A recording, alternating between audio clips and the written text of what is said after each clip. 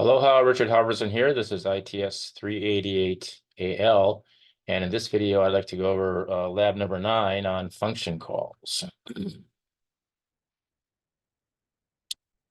All right, so it's this lab right here.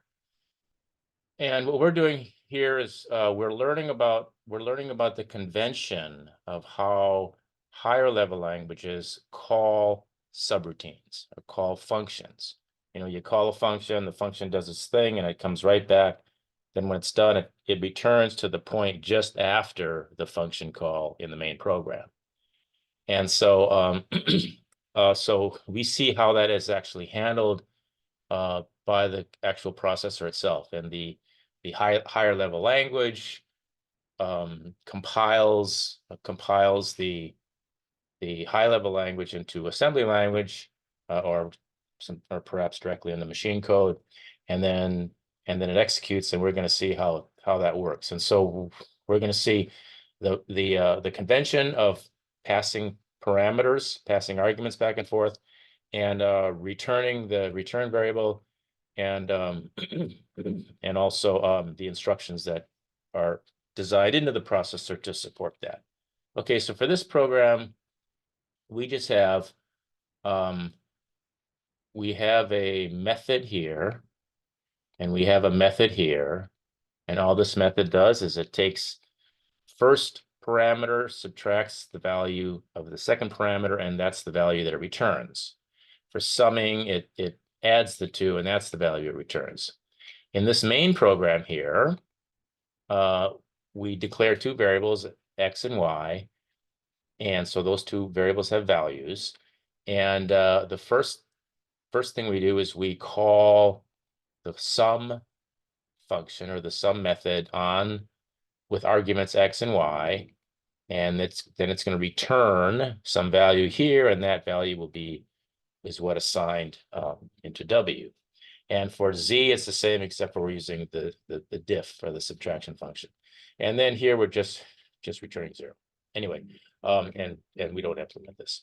Okay, so we're going to use t0 as the x variable, t1 as the y variable, t2 as the w variable, and t3 as the z variable. So it's going to be this plus this gets stored into here, and this minus this gets stored into here. See, that's all this is going to happen. So these two things have to be initialized to some values before we start, and then that's what this is here, and this is how it's going to turn out be when we're done. Now it turns out we only have to implement the main program. Okay, we only have to implement this part. Basically it's just this part. And so in other words, we have to set up the passing of the argument to the sum. Sum is going to get the argument off the stack. First, it's going to get the first argument, then it's going to get the second argument, and then it's going to do this operation, the add operation, and put the result here in this register, and then it's going to store that value onto this, back onto the stack. And you see we're using the offset, the offsets of the for the load word instruction and the store word instruction, because that's their positions, the positions of those variables on the stack. And so and then for diff, it's the same thing. It's just the same idea, except for using the subtract. So we just have to write this part up here. Okay, so we're going to start. Okay, we're going to use the main thing we're going to use is the JAL instruction, jump to a label. Now it stands for jump and link. What it actually does is it stores the program counter, which is the next instruction to be executed after this instruction. It stores the value of the program counter into the RA register. That stands for return address. Okay, and then it goes ahead and jumps to this label and executes. And when it's all done, it should come right back to the statement following, because it should come back to this, to the address that's was stuck into the RA register, and continue on. So this is the main thing that we're going to use that's new. All right, so let's start out by pushing. We're calling this method by, first we have to push X onto the stack, then we have to push Y onto the stack, and then we have to make a place for the return value. And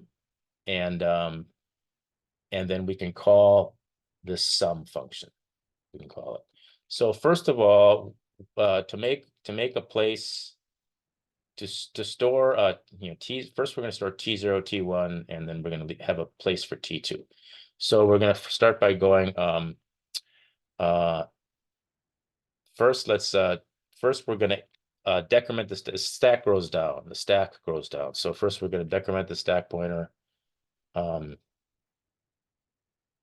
So I'm going to ADDI the stack pointer. The stack pointer is now going to equal the stack pointer -4. That's going to decrement the stack pointer. So the stack grows down. So that's basically we're opening up a spot on the stack for something. For what? Well, we're going to store the what's in T0. That's X. We're going to store X into the stack, onto the stack. Okay, onto the place that we just made. Okay, and so that pushes X onto the stack, and then we're going to do the same thing for Y. ADDI. First, we make the space on the stack. Then we store the word. Store T1. T1 onto that space that we just made. Okay. And then we have to push the return value. We have to make a spot. We have to make a spot for the return value. When this thing is done computing, this is going to return something. This is going to return. Oh, no, here. See this int? That means it's going to return an integer. It has a return function. It's going to return this value. So we have to make a space on the stack for that. And so we're just going to go.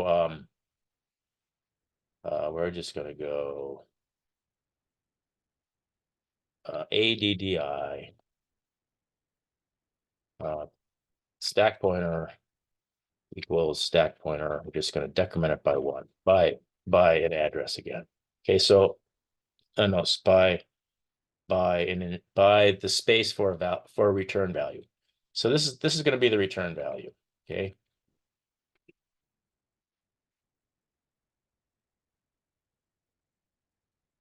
And this is push X, and this is push Y, right? Yeah, X and Y. Okay, and then this thing calls, okay, that's return value. Okay, then we have to call the sum method. So we do JAL sum. That's all. And what that's going to do is that's going to put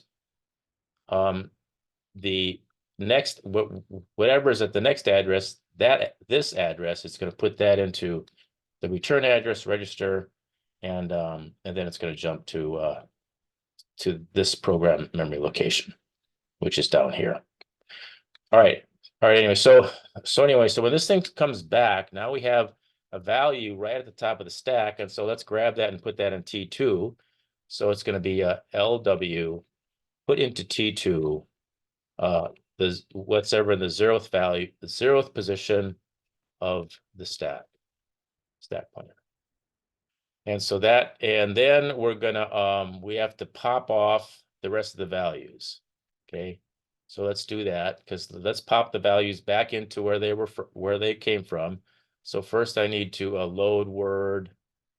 Oh no, I have to increment. I have to increment the stack because now this space is used. So we've gotten the return value. Now we can put this stack up by one. We don't need that location anymore. So let's put the stack up by one again. So we're incrementing it back up again because I don't need that spot anymore. Then now the stack is pointing to the second the y variable that we pushed on earlier, and so let's just put that back just in case our little subroutine messed with that spot. We're going to put this back. 0 stack pointer. Oops.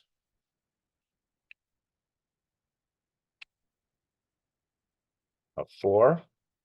So we're going to increment the stack pointer back up again, and then we're going to that pops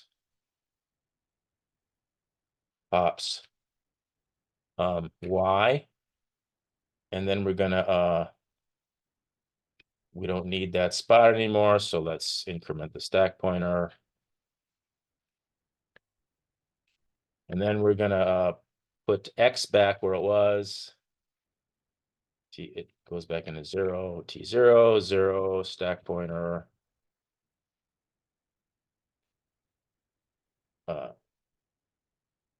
No, I don't do this. I don't put that there. This pops x back off again, and then we don't need that spot anymore in the stack, so we return the stack pointer up one more to free that up for spots, and then we're done. Okay, so you see the stack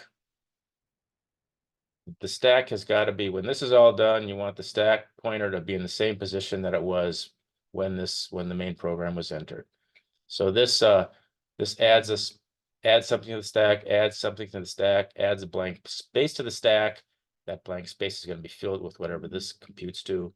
And then we grab that blank spot off, puts that in the T2. That corresponds to this spot. This corresponds to this spot. And this corresponds to this spot. So anyway, so that takes care of calling sum. And now we just need to do, so I'm just going to put a little marker there. That's just going to get us ready for the next part, which is the subtraction. So it's going to be about the same. Let me just, I'm going to cheat here. And I think I'll copy this. It's going to be the same, except for we're going to be doing it at different places. It's my cat, if you can hear that. So now we're going to subtract. This is going to be for if next. We start by incrementing the stack pointer, and this time we're going to push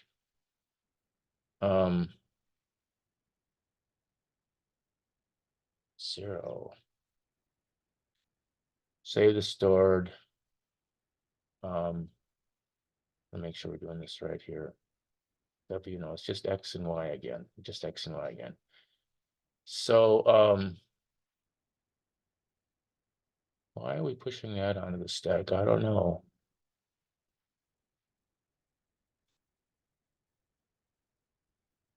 Let's see. I'm going to leave something off my notes. Wonder why? As for some reason I pushed this value onto the stack in my notes. I don't think I need to do that. I think I was thinking of something else. Anyway, so here we are. So here we're going to push. See, we're pushing. It's Y then X. So we got to push Y first. So we're going to push Y, which is T1. And then we're going to push X, which is T0.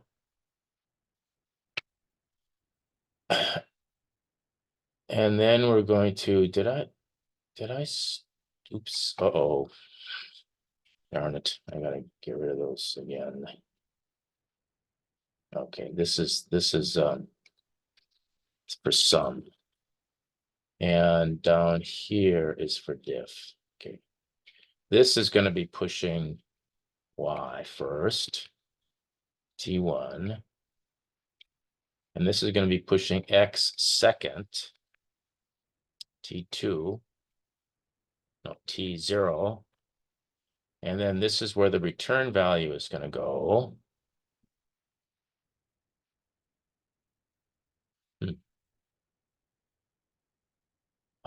Okay, I think I remember why I pushed T2. I pushed T2 just in case diff messed with T2. It's possible that diff messes with T2. So I don't think a diff does though, does it? Oh, oh, they both use T2. Okay, so that's why I have to push T2, not the first one because it's not necessary, but the second one I do. So anyway, so let's make this is going to be the diff. And I'm going to say, and this is going to load T2 is going to be put, that's going to be put in T2, and then I'm going to pop X, pop Y, and I got this is going to be T0, it's going to be T1, but I got to push T2 because I want to keep T2 there. So I'm just going to I'm going to copy this again, copy, paste, and there's another space there. And so the first thing I'm going to do is I'm going to push T2, push T2. And this is going to be push.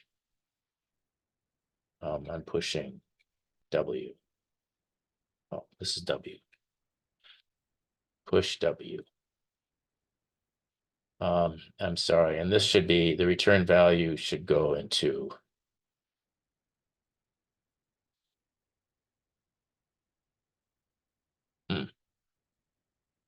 oops, geez, that was wrong. Okay, this loads this goes into W. This is T3. T3. This store into W. This is this one up here is store into, oh, I'm sorry, I'm mixing you guys up. This stores into W, which is T2, and the other one is Z. This one, the first one, it stores into Z, and it's actually this here. It doesn't. All right, so that should take care. Oh, that pops stuff, and then the last thing I have to do is I have to pop out T2 again. So I'm just going to use this because we remember that was the first thing we stored. First thing we stuck into the stack. And so now I'm going to pop out, this was W again. So this is going to be T2. All right. Now, let's, so we have T0 is 5 and T10 is 10. So I got to go T0. And the next one is T10. I mean, T1, sorry. So that's X, and I'm going to put 5 and 10, 5, 10. And I'm just going to run this and see what happens. Enter the simulation. Any errors? No. Run.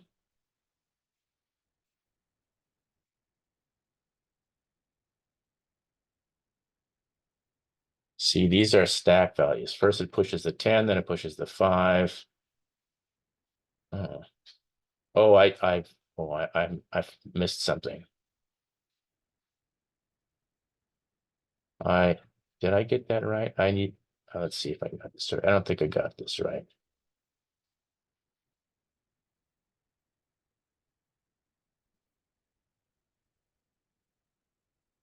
Let's see. So this, how it ends up is,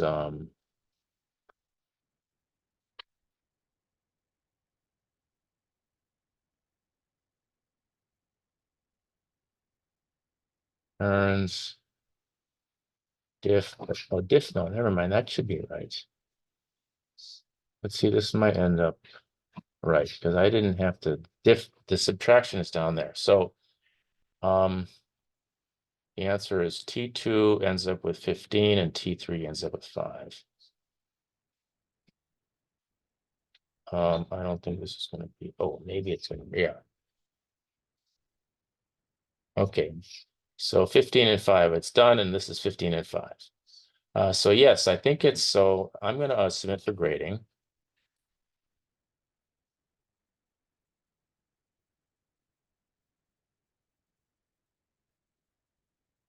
Ah, very good.